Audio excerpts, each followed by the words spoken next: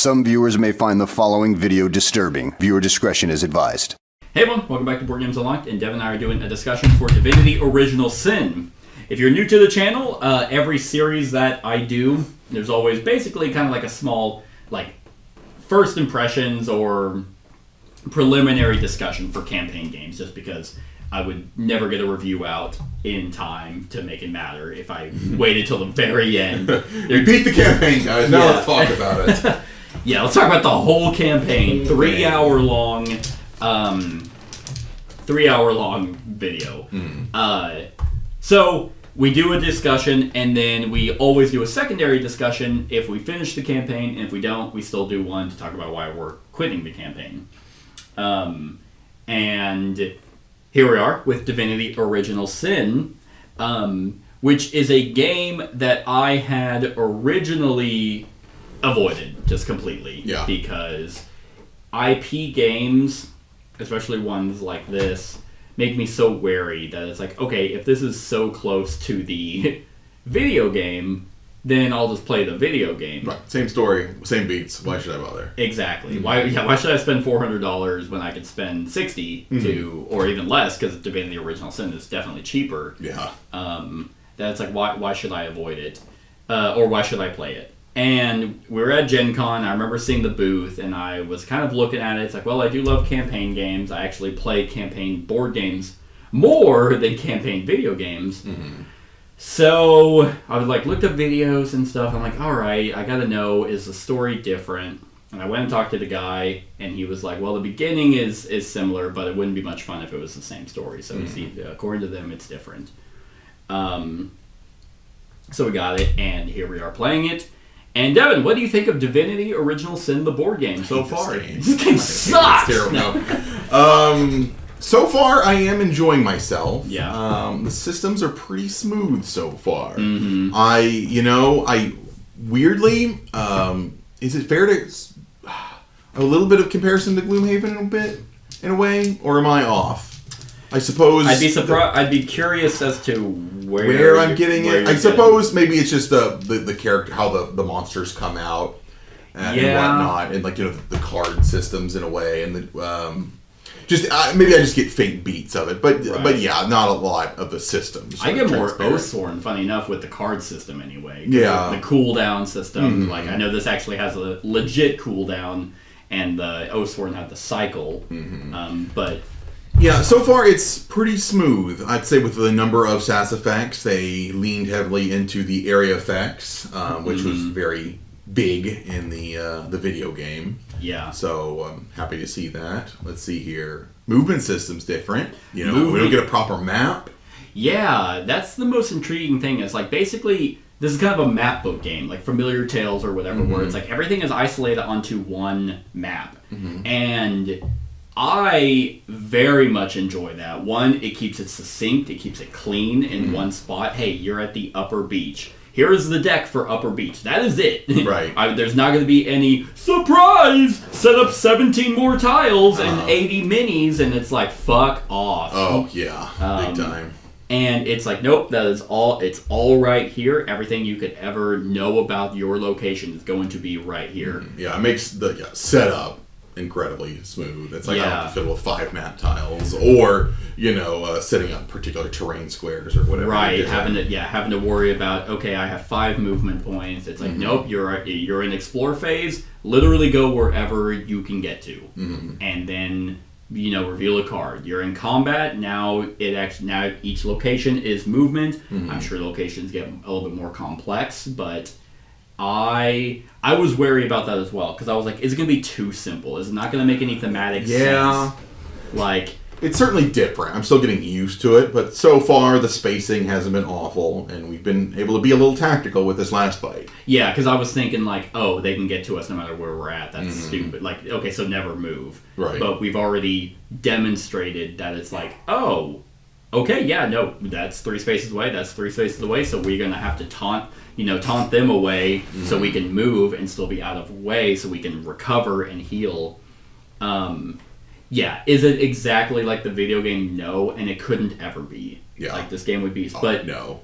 It's like, you can almost still kind of make it thematic, because it's like, it's like, oh, we're fighting a tree, which is the main enemy we've been fighting. It's like, oh, we're fighting at the shoreline, and then all of a sudden now I'm at the hill path, and it followed me there. It's like, well, yeah, this is still in the upper beach area, like, which actually behind the scenes of the map is this whole location. So it's like, yeah, thematically, I ran to this hill path, and it just followed me. Right.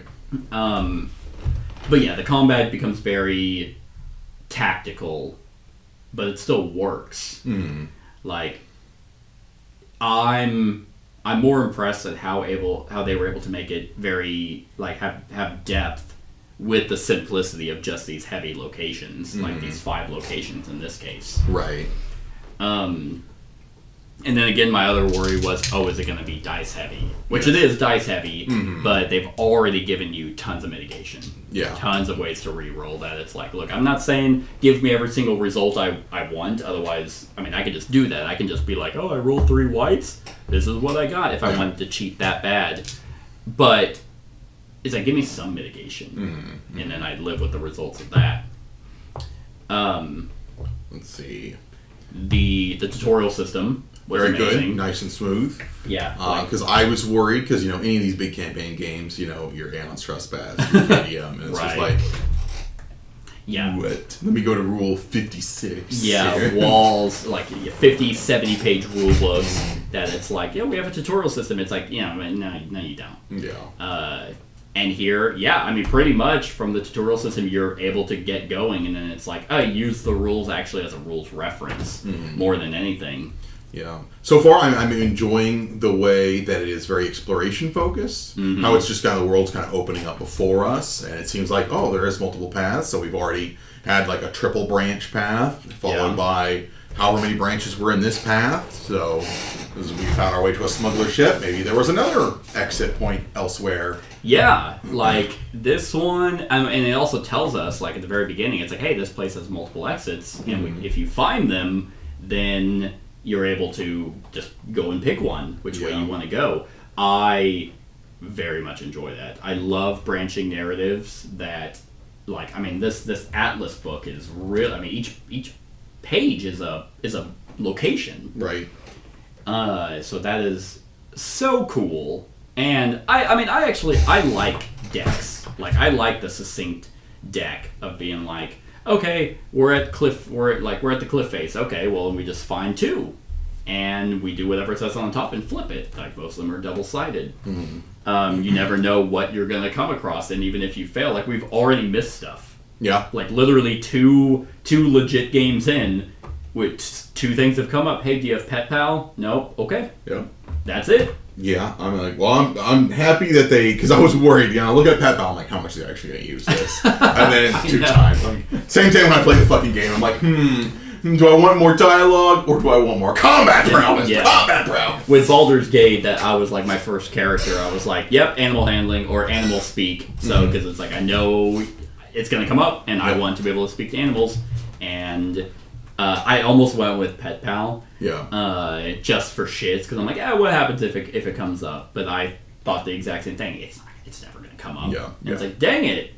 But I enjoy that because that allows for immediate replayability. Like, of like, oh, now, unless this forces us to go back to Fort Joy, but it even tells you, hey, once you're at the location, you'll never go back. Yeah. So it might force us to Fort Joy because I'm sure there is a main story.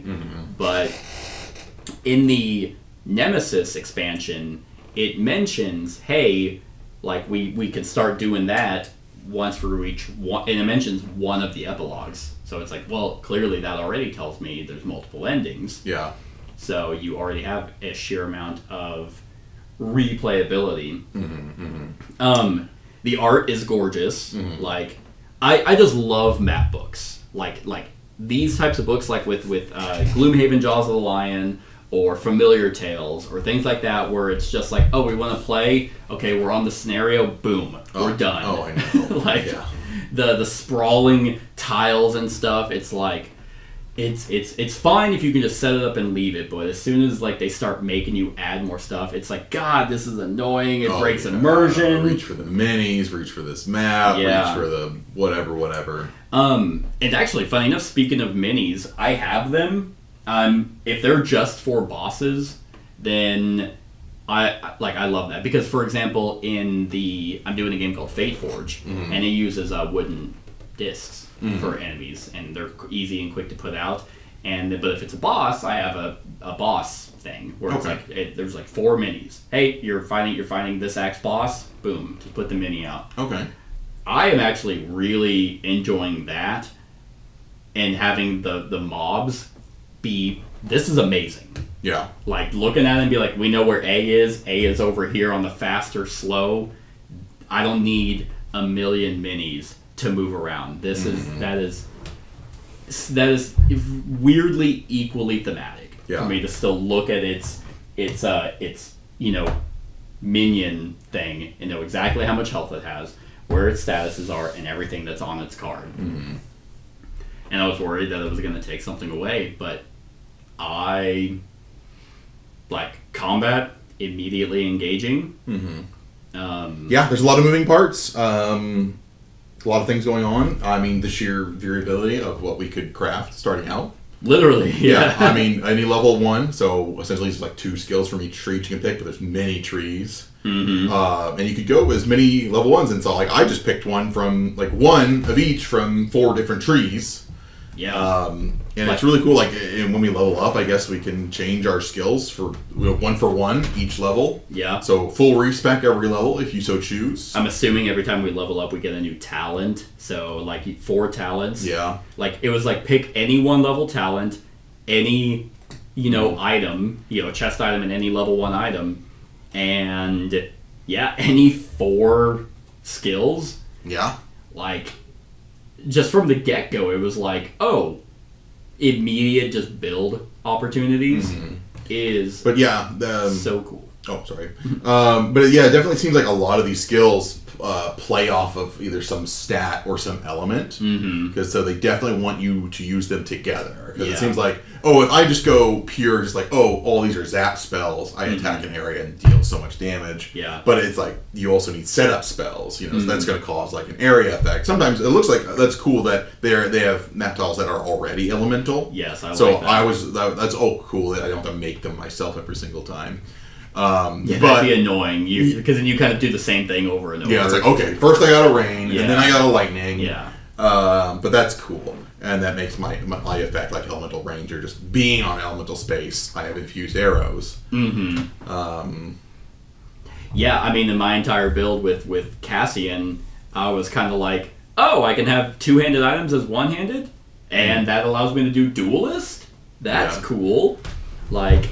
Eventually, I might just have these massive, like, warhammers that I can just swing around to Duelist with warhammers.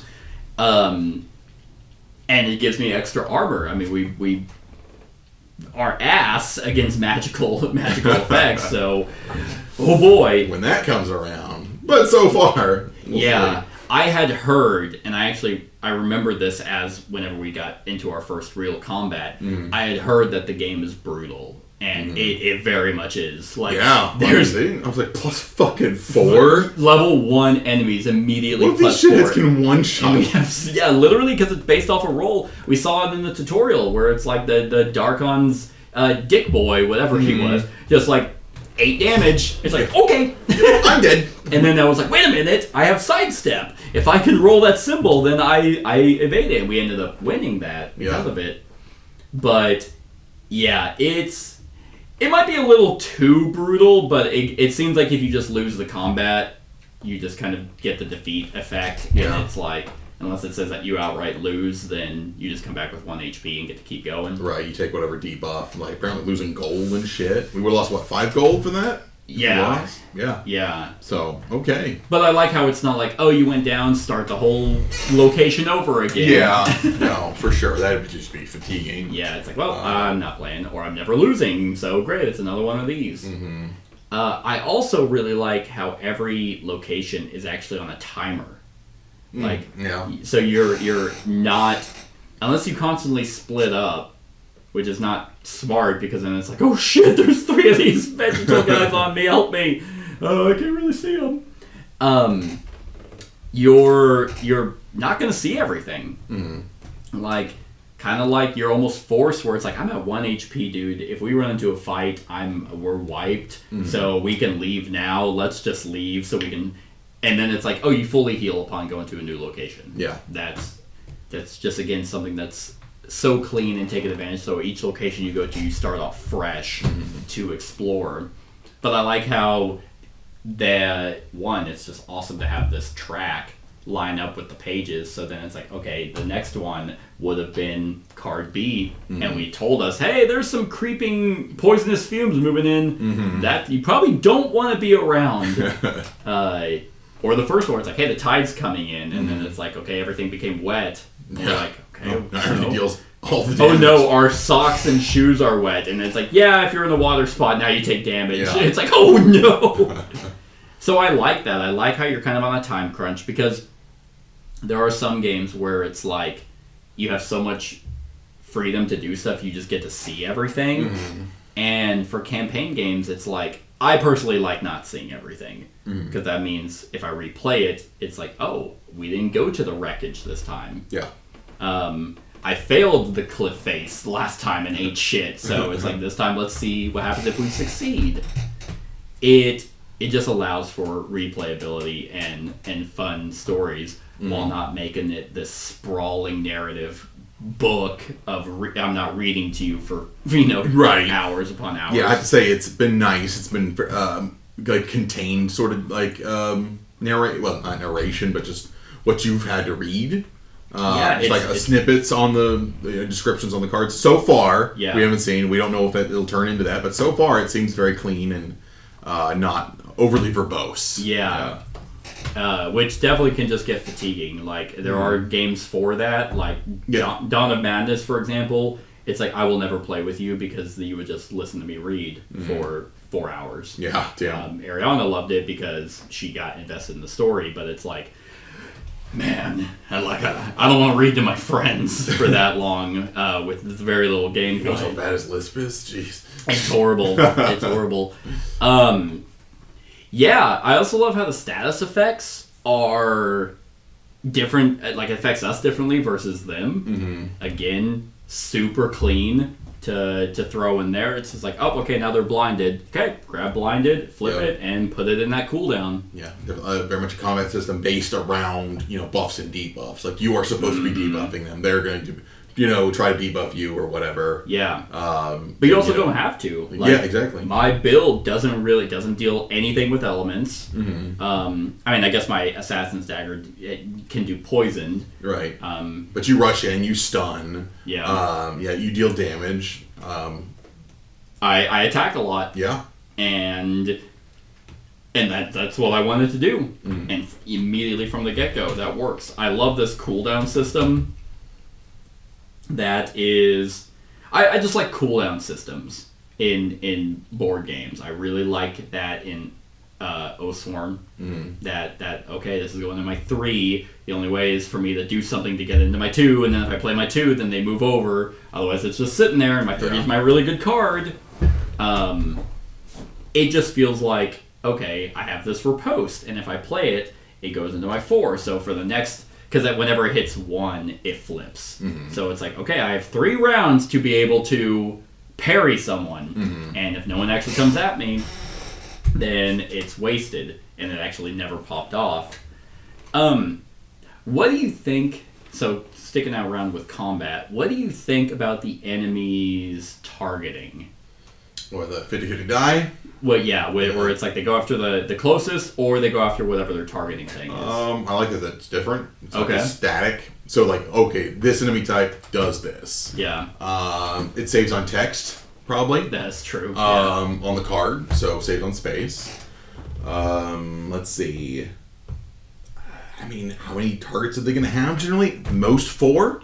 Yeah. And that kind of covers their bases. To where they're not just attacking the closest one repeatedly. And gives them a little bit of extra depth, I guess, in those parameters without adding too much. I agree. I actually think the randomness of just either going after their target or closest prevents you from kind of gaming the game, where you can be like, okay, this is exactly what they do. we can just always have it to where they go after me, for example, and I can always do something about it.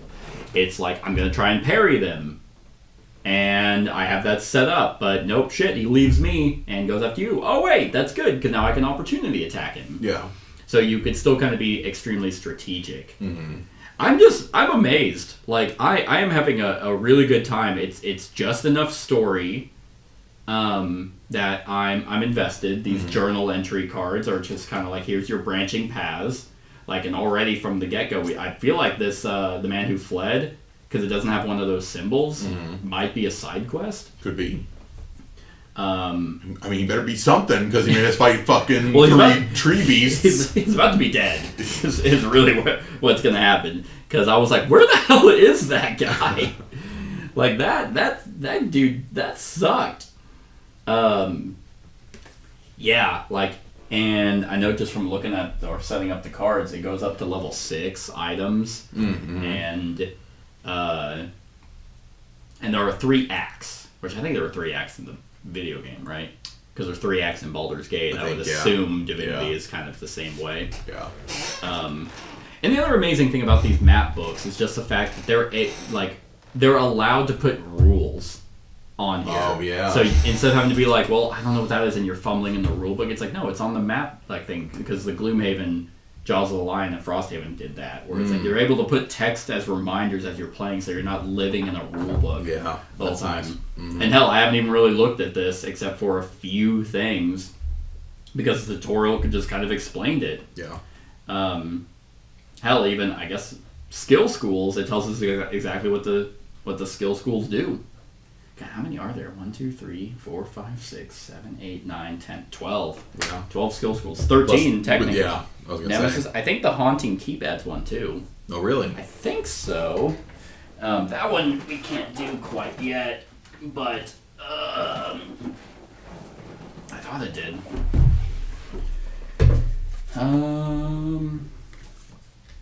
Yep, it adds hexes. Ooh, okay. Yes, it adds... Sorry, okay. It does add hex rune cards, new unique items. Okay, maybe it doesn't. What does it add? Variety of new 5 new locations that extend the standard campaign. Oh, it adds new items. Okay. So the only one, the Nemesis one, added the new school and new items that technically can't be shuffled in, but we'll just live with the standard stuff. Yeah, I'm having a fantastic time. Like, this is just so clean that this just feels like it'll be just that so much easier to get to the table. Oh, I agree. And get through. Right. I mean, you don't have an overly long narrative so far. It seems like we bust from one map to another, so it plays quick, and we're staying invested because it's always new. We're always getting refreshed. So yeah, so far it's very smooth and very playable. Right. Yeah. Because I was a little worried. I was like, oh, is this gonna be another rules-heavy game? But they were so adamant about not touching anything until you do the tutorial. Yeah. And I mean, just literally 2 locations in, and it's just like, man, okay, we're already done with 2 sessions. Like, both of them have been under an hour. And I know there's a bunch of bosses that also, like, bosses, that's what this is. So there has its own boss track, and bosses have, like, their own tactics cards that run off of AP. I don't know how they work. I imagine... Like, I'm probably going to actually, now I'm allowed to look through the rule book. But seems also kind of very curated. Like, after you leave a location, it's like, okay, heal, get your source point back, and now you can visit the merchant. And you can buy stuff, and you don't level up until it tells you can level up.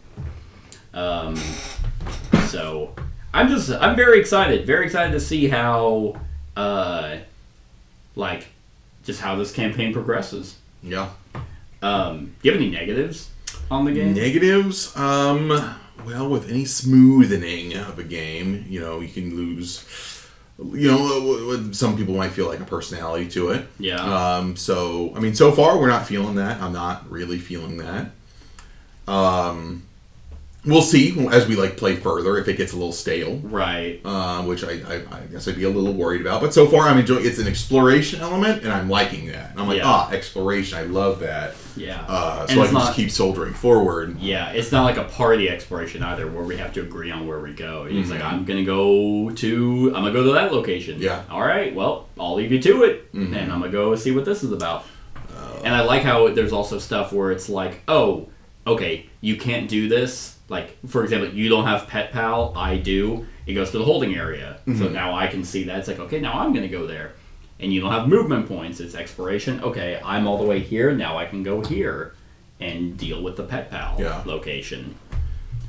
Let's see here. Negative-wise, let's see here. I mean, crossbow can only attack once per round. That kind of fucking gets me off. It doesn't work with Ricochet, a huntsman ability, which is supposed to, for bows, the class for bows. I don't know. So small, piss off there, but I mean, whatever. I mean, I guess it's a lot easier to balance stuff like that in the board game by not making it 1-to-1 with the video game. Yeah. I guess. I know, and I feel like that there's been games like that where it's like, this is why I think like Six Siege did stuff like that where it's like, okay, they nix this because it makes sense for the board game versus however the video game does it. Yeah. But anyway, small complaint there. But let's see. My only negative is kind of a fiddly one where it's like I said, I like how these cards just slot in with the thing, but it's like if they have statuses on them and it's like, okay, well, now we need to mess with their health. It's kind of you have to move the statuses off and then mess with the dial and then put it back. It's just kind of like, But, I mean, I'm really nitpicking at that point. Right. Like, it's not that big of a deal. And I don't know. I also love the fact how they simplified it with fast and slow. There's not like a whole roll initiative, see what order they go, or shuffle initiative cards together and see how they come out. Yeah, these guys go before you, these guys go after you. Yep, like that's literally it. Gives me Spirit Island vibes because of the fast and slow power. And slow, yeah. And I mean, for example, that changes again based off player count. In a 4-player game, we would have had 2 fast shambling and 2 slow. Oh, okay. So. And that's also super clean to look at. Oh, where do they spawn? They spawn on 3. That's because that's where we were at. And there's 2 players, so there's no fast and 3 slow. Okay. Got it. And the insert is not ass. It's actually very good. Like, they came with dividers and everything fits. Now, nothing would fit if they were sleeved. But... I mean, for the most part, like, I'm sure, I haven't fit in all the tokens, but it's like, in terms of cards and everything, it works. Yeah. It's pretty awesome. No, I don't know, I don't think the, like, expansion stuff will fit, but I haven't tried to fit them in there. But base game stuff, it's all in there, and I gotta praise... Because most campaign games with expansions and shit, it's just like, have fun storing just the boxes. I don't have many negatives. No. I do kind of agree with you, though. It's like, I wonder, like, if each location just kind of... If it does, you kind of do start going through the motions, but that remains to be seen. As of right now, love the combat, love the exploration. Yeah. On a scale of 1 to 10, what do you give Divinity Original Sin right now? Now, we're in prelim. We're in very early game. Super early. This is really just to get kind of first impressions or early tutorial or early discussion out. Yeah. I see what we got right now. I'm at a solid 8 or 9. Yeah. I'm feeling... Solid 8.5 right now. I'm enjoying it. I'm just I mean, of course, it's still early. Yeah. Scotia wow factor is still kind of missing for me. But still, really cool game. I'm enjoying it. Yeah.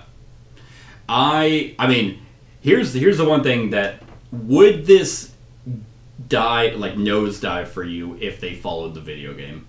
Like, if as we kept going, it's kind of like, man, nope, this is Here's what I'm a little afraid of. It's just going to be video game adjacent, and they just changed a few names around. and it's gonna be kind of the same. Yeah. Because I'm like, okay, essentially at this point, like Darkon's, I forget her name, but the Switch character. Oh, okay. So we'll see. We'll see. Yeah, I guess so. I never made it that far in the video game, so I have no idea. Everything would be fresh to me, even if it was following the video game. But I'm honestly at a 9. Like I'm because there's the other campaign I'm doing that's called Fate Forge, is equally investing, but super quick combat. But it's so fresh. It uses dice as its system to do actions, but like the combat's meant to be quick, simple, streamlined. I've been able to finish in a full game session. There's 3 acts. Each I've played it for 2 game days. I've been able to finish an act each time. Okay. But it also has branching narratives, and it's run through an app. And when it's starting to come to campaign games, because I play a lot of them, sometimes it's nice to have a simple yet deep campaign. Right. You kind of cut off the extra, meat, or the extra fat, I guess. Cut off the fat a little bit. Right. Because it's like sometimes it's like you want a fat one. You've got a couple once in a while. You want it crunchy. Yeah. You want all the tokens, all the dice, all the rules. You track all this shit. Yeah. And, you've got your grids and other bullshit. Yeah. But sometimes it's nice to have a long campaign game that's like, we open the book, lay out a few things, and we're ready to go. Like, for example, whenever, like today, for this game day that we did, it was like, you were like, are we going to do any Aeon Trespass? And I'm like, no, I think just because I don't want to set it up. Mm-hmm. And because we had already played games, that it's like, you know what, I just kind of want to keep doing that. Yeah. Versus meticulously setting up. It's like, but whenever we're planning Aeon Trespass, it's like a whole day, and it's awesome. But, for example, this is one of those games that it's like, we can play a couple games, and boom, let's jump back into Divinity. Mm-hmm. Map book's ready. Yeah. We're ready to play. It's just so simple to come into, and I don't have to be like, I don't have to feel like I'm half-assing it half the time because I don't remember the 80-page rule book. Mm-hmm. So, like, again, Aeon Trespass is I have to do my top 100, but it's probably going to hit my number 1. Yeah. I think that game is an absolute masterpiece, but at the same time, I have to be mentally prepped to play that game and get invested again and trying to remember the world they created. And here, I am invested. The story so far is still enticing, and it's simple yet super fun to play with the action point system, which is awesome, and it's immediately just as tactical. So I'm pretty high on it right now. Just from diving into it, the freshness and simpleness really is going a long way. Mm-hmm. This is a game that I could, play with my girlfriend and have her just know what's going on and, be able to make That's true. Yeah. Versus like more accessibility. Yeah, it's don't just call the hardcore friends. Yeah, I don't have to sit there and be like, man, yep, sorry, I can only this is a Devin game. Yeah. Nobody else is gonna want to play this shit. Yeah, exactly. And yeah, like I'm excited. I'm excited to keep going and dive into it. And it's also one where I don't have to sit there and arbitrarily come up with a video timeline. I can sit here and be like, we're done with the location, video. All right. Done. This is the upper beat video. So that goes a long way as well. So I'm at a 9 right now. Ooh. So that is our thoughts on Divinity Original Sin at this time. Stick around for the rest of the series. I hope you enjoyed. Let us know what you think of the game in the comments below. Other than that, like, comment, share, and subscribe, and have a wonderful whatever time of day it is for you. Hey everyone, thank you for watching, and I really hope that you enjoyed the video. If you would like to see more of my content, go ahead and click that subscribe button and the bell to be notified whenever I upload any new content. If you feel like supporting the channel, you can go ahead and click that Patreon link to be taken to my Patreon, and any help is truly appreciated. Other than that, stick around for any other run-throughs or reviews or cool top 10s or whatever I feel like putting on. Other than that, like, comment, share, and subscribe, and have a wonderful whatever time of day it is for you.